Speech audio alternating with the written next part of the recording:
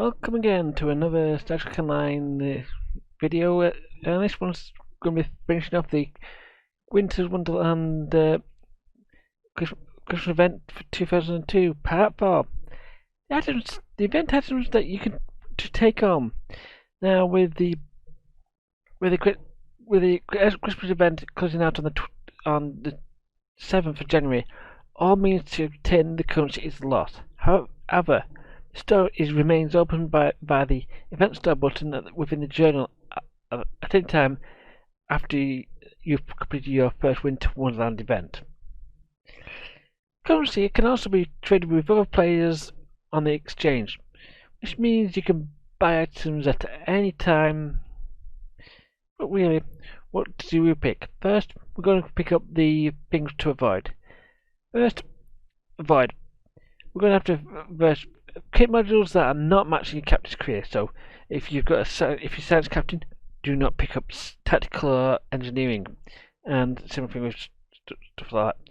Most of the time, picking up more than one copy of the same item is useless because there's very little need to have more than one of them. There are exceptions, and those are usually go to the training manuals, and there's a few of us.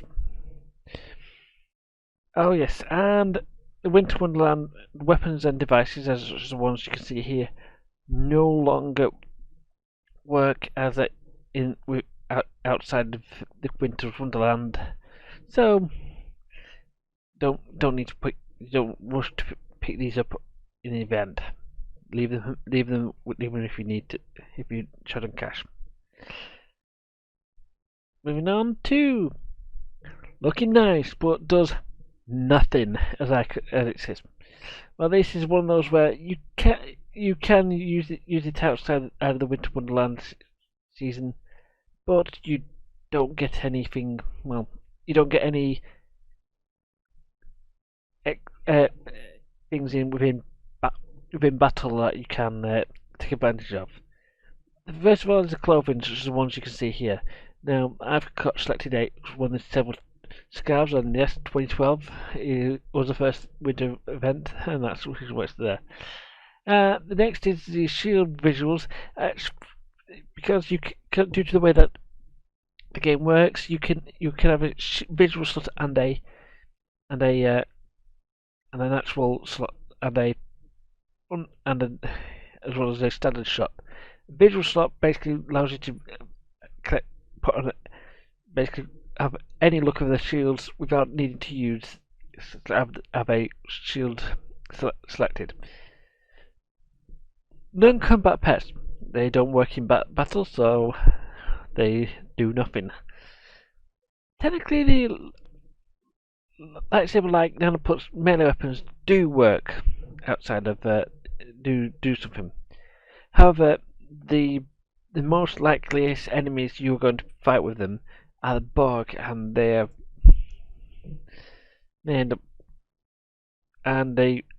weapons end up need remodulating. So basically, removes the advantage of having a melee weapon against the Borg. Pretty easy. However, you can use it everywhere else, but you are basically running with a lightsaber-like weapon just for the look, and you are basically stuck at close range unless you are willing to mess around and hope to be able to reflect the weapons like lightsabers. Yes, it's not really worth it. Now, one of the first things that I'd move on to is the other ship. Is the ship gear. Now, there's really two items from the ship gear. That's the warp car. Now, these will totally depend on which ship you pick, which ship you're flying. Most of the people will be picking up the warp car, but if you're flying a Wonderland ship, singularity core is what you'll need for that ship. These are actually the fourth part of the 4-part Brilliant Absolute Zero set, and the big thing from this is the warp core and the singularity core has the brilliant energy weapon capacitor, which basically gives you a strong ability to use to fire to boost up your weapon power. With slight expense to everything else. However, the actual the weapon, the four parts of the Green Absolute Zero set, it has a jet cryoplasma, which is a jet warp plasma like effect, and you need to be basically fly straight right in front of someone. So it really is not considered, not really used that much, and the weapon sets aren't particularly brilliant. So no, I mean sets aren't that brilliant. So moving on to space training manuals. Now, most of these powers are similar to existing powers, even though they might not be. None of them I've heard are top tier, and some could be easily slotted into a build where an exchange item would normally be used. I mean, I used Best Served Code because I was not willing to use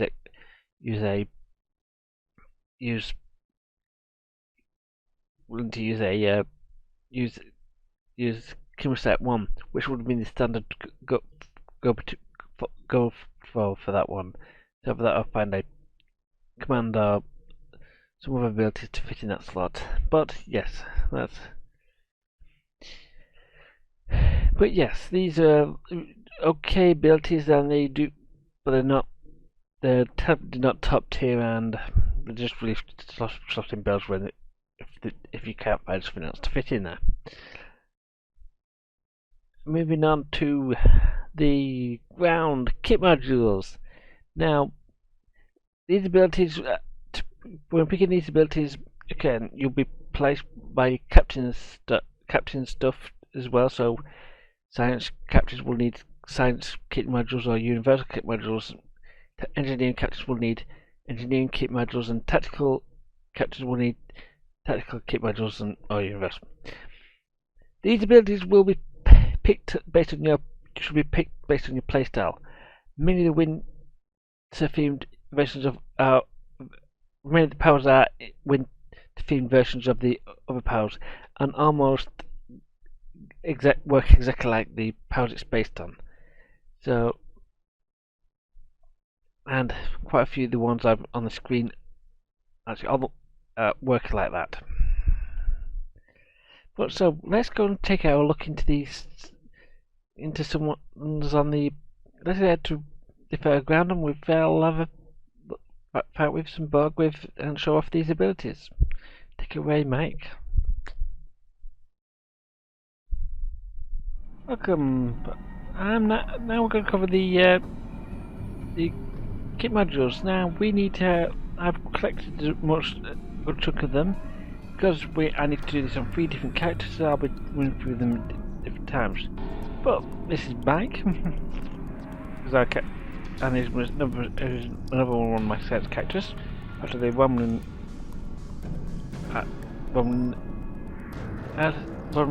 thing, and it's got a section of science powers that we're going to use for him. The first ability I'm going to cover is the ability to heal. Is Thermic Armor, and here I get cold and I look like wearing armor. This is a decent, looks like a decent, relatively decent round armor, because it basically puts about this place. It looks like it puts it puts a lot of so much alpha on it. It's kind of a bit silly. Right. I'm going to use these guys for the next. Now,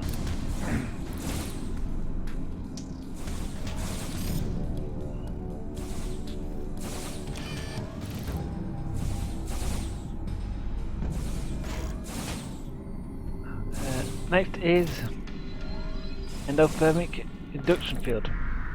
What's this drone in front of me? pile of ice comes around the floor, and anyone who happens to walk in here gets themselves hurt as well. Now the problem is convincing enemies to actually come here is the problem. But there's other things to do. Anyway, cryonic pulps.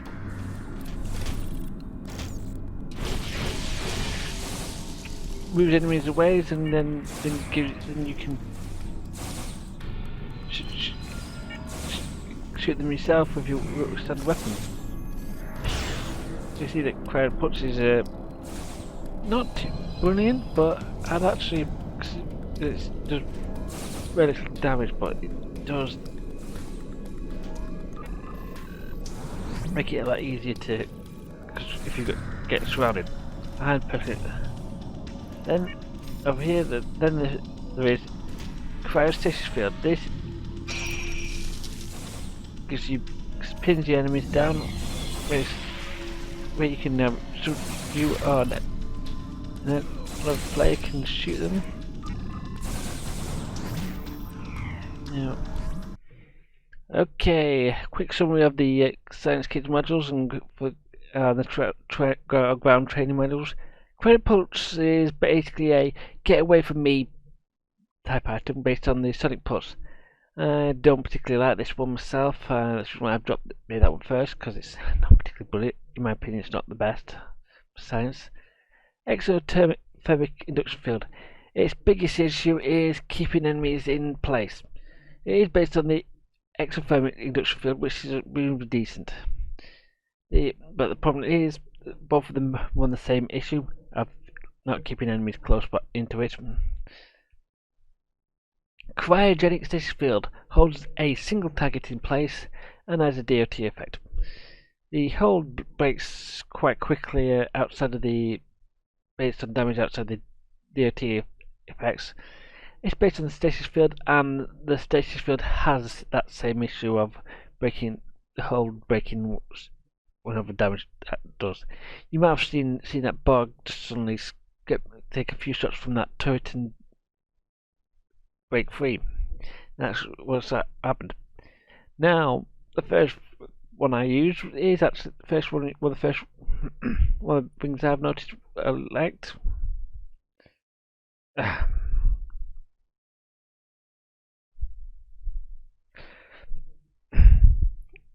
Now, moving on to the Thermic Armor. Now, this is what I call a decent bleep moment. Yeah, it's a built heal. It adds about it's a heal, which happens quite a lot. It adds about 4 times your current maximum health as HP, and gives you a slight shield during the process as well. So you can basically, instead of dying to a pile of enemies, you can survive it and have enough time to recover yourself up to a bit more, require a bit of damage and tank some hits. So that's really decent, but the problem is it's pretty short. And moving on to tactical.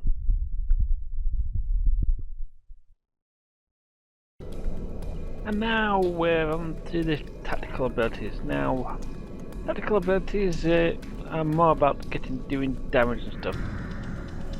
So we need to find Now, we've got the chronic modulation, which basically adds additional damage to it with our attacks for a few seconds. Very nice. Well,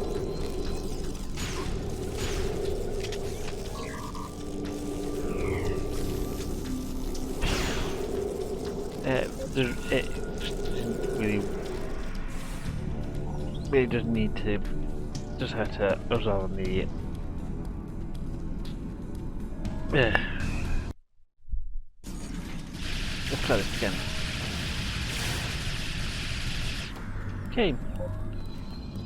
Our first ability is the tactical. Let's check. First ability is cryonic modulation. On its own, it does very little, but does actually damage against enemies. And you can see two different damage meters. So if I wait, see there. Now if I wait, this should come off. So if I select the bug, you can just one. This weapon just 2 hits of damage. So that shouldn't make it 2, but that does a lot more damage.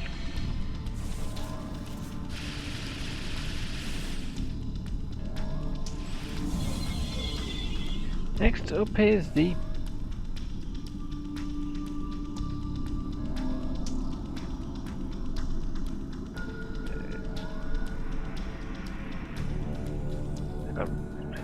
grenade.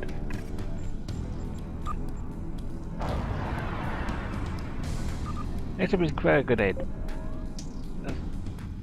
It's basically a grenade that has everyone around your 2 eyes. Very nice.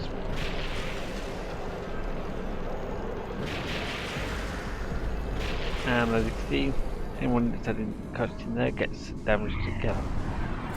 Now, following that is the Wonderland.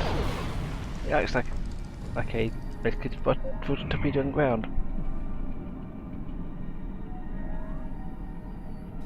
And Grey Train, the newest one, that would help if I had 2 enemies close together. Like, put enemies together, burns them.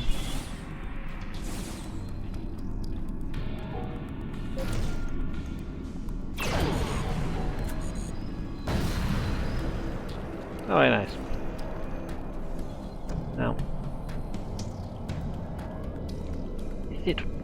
now the question is it worth it? Tactical kit modules. Now, the Grey chain is 2-pole hold stroke pull with a DOT. It could be easier combined with other abilities on stroke force, but it is a bit of a mere ability in my opinion. Although I have not really used it too much. Cryonic modulation gives you additional damage, and with DOT after hit is okay, but it's nothing exciting to really write home about. The cryonic grenade has an AoE effect with a slowing of DOT following the AoE area. Pretty nice, but you are basically having trouble if you bit trouble keeping it going. But yeah, the micro cryonic warhead has a similar effect to the grenade, but is the AO effect is a lot smaller, and it's like a different DOT, and it has a hold instead of a slow, which means that they still a lot longer instead of moving around. Now moving on to the engineering kits. Here we are with an engineer character, and if you're wondering, selections are a paid character, lifetime paid character, but she's not got anything on her which a normal player cannot obtain other than the obvious lifetime bonuses, which is in this case just affects skill points. So, what does an engineering officer can get? Now, engineers do somewhat of some vulnerability of being able to lay traps. The first trap is the flash freeze bomb. I'll drop it around here because the box is buggered distracted, and this is probably the best way I've managed to use these flash freeze bombs. But the problem is, this is entirely that freeze bomb was triggered by manual by myself, and they will occasionally pop on their own. Then, because it's manual control, it's pretty much one I've decided I don't particularly like, but players may be able to do that better. An alternative is the cryo mine barrier, and as you see here, as soon as they step near one of the mines, it blows. Yeah, that's pretty much a decent ability on its own. Now, whilst I don't always recommend using the cryo mine barrier, the mines aren't actually bad. The problem is you've got to quite actually have it knowing ground aggro and what triggers it to use it, because they don't do any damage on their own. If I drop them here, unless I literally shoot one of these bog, the back row here won't get it. I got a bit too close there, but unless I get this back, so I shoot the bog. Well, if it was actually alive, if he survived that hit, the mines have got problems that you've got to literally step on them or be very close to them to trigger. So, what's next? Freeze armor.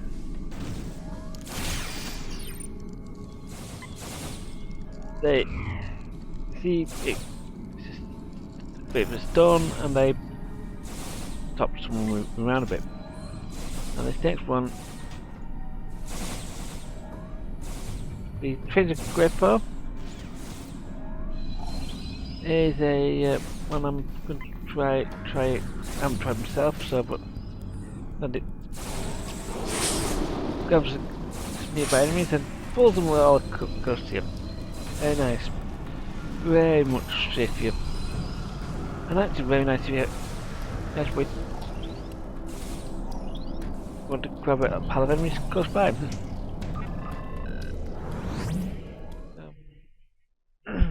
Engineering kit manuals and ground training manuals. The freeze armor holds foes in place with a DOT. The variant of the fuse armor which does not do any damage. It does mean that you can actually shoot them without them attacking you for a little while. Pretty nice to know. The flash freeze bomb is a placeable item that is when triggered, and the second time you trigger it will explode, and it freezes all those in the area around that flash freeze bomb. I don't particularly like to use it pure because it's pretty hard to get into places where it's useful without being shot to pieces, or you have to be very careful where you place. I'm getting it in and out. It's not really brilliant for doing lots of damage, but it's useful if you know where enemies are going to appear, and you were there a few seconds ago. It really is to miss one. Cryo mine barrier is a bit better. Is that you can place 5 mines in a row, which will explode and freeze once it's stepped on. It does take a few seconds to actually activate before the mines will actually activate on it. Will detect it, put some pressure stepping on them, but it is actually pretty decent when you do get stuff stepped on. It does, however, have a issue that it does actually work as a decent barrier before you in front of your turrets if you're using turrets. The anchor grapher pulls all the foes together in a range of the primary target and does slight damage, I believe. But it is brilliant if you combine it with some other abilities which enemies do have, such as the mortar and the and the and orbital beam. But those two don't somewhat standard abilities. Oh, you saw them. I can't. I can. We'll skip over those for reasons. So moving on to universals. We're back with Mag. Right, this next lot of abilities will be universal. These will be mean that anyone anyone can pick them up and you can take advantage of them. Collective nightmares. I'm not sure how well that works, but it wouldn't work. Would probably work better if it was a once it up against a bug.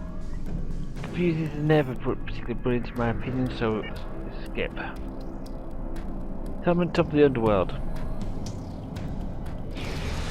And nice DOT of time.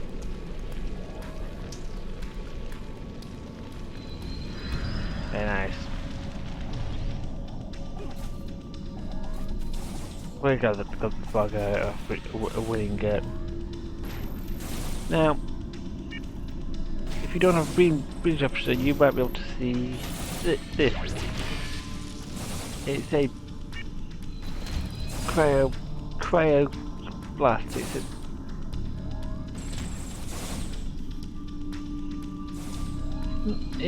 The numbers aren't particularly brilliant, but I'm troubled. And then Ravage Barrage.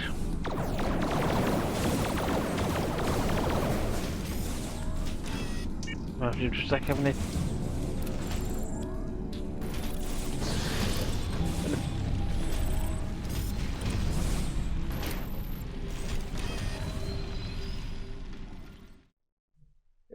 Oops, I forgot to rename that. But the Collective Nightmares is an area debuff and it really needs to be combined with something else. But, okay. The Cryo Blast has a target blast as a single target shot with its AoE debuff around the area effect debuff around the target does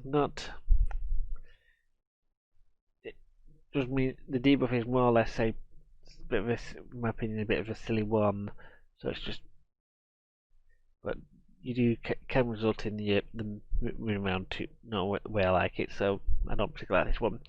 The Torment of the Underworld is an area damage with a damage over time after that. That's okay, but and I could actually see this used with several of the other abilities we've covered in this, plus several other abilities that you can use. The Ravage Barrage is, in my opinion, one of the best universal abilities around. It's a 4-shot with knockback and a chance for a hold. It does well, if not for it takes up for enemies. I misread the thing up when I was building this note, and that was basically most of the other kit abilities. There's one thing I forgot to cover, and that is the Frosted Boots. Now this is considered by many one of the best non-vanity devices from the event. It actually provides an increased ground movement speed, and this means almost anywhere you can walk around, you'll be able to take advantage of this movement speed. At the expense of friction, which means that you'll be sliding around once you stop moving, and you can't apply it inside of battle red alert mode. It moves once you've got these on an equipped and active. They'll feel like your character will feel exactly like as they were on the track or on the lake in Queen's Winter's Wonderland. It really is one of the reasons why I can actually run around with ease on ground and do the race without too much trouble. But this we might get set right.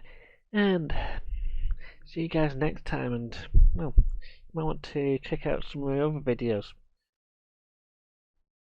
And hopefully we'll be able to get back to our normal schedule soon. But not immediately, because I think there'll be a top 10 coming up soon. But anyway, this has been Mike Writer. See you guys next time.